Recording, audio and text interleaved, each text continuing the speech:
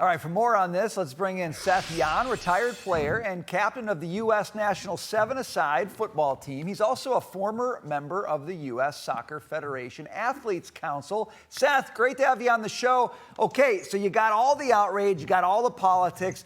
You're a former player. I want to know how this is going to affect the players on the pitch, on the field tonight. Do these guys care about this or not? What do you think? That's a great question. I've spoke with a few of the fellas last night and early today. They're absolutely buzzing. They're locked in. Pochettino has really created a culture of discipline and focus. If anything, I think this would actually hurt the Belgian players, particularly how Rudy Garcia handled it. I think his response was classless and cowardice.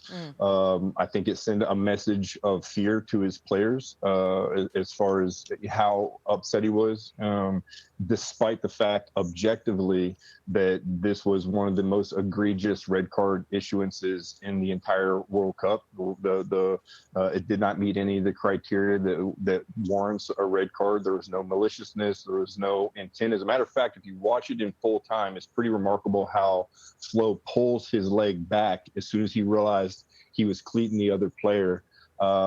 Yellow card at best for me.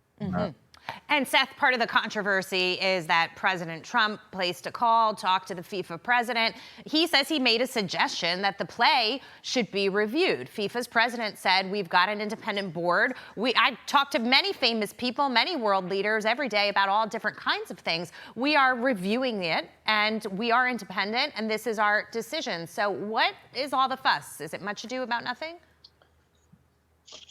Absolutely. Why is it controversial?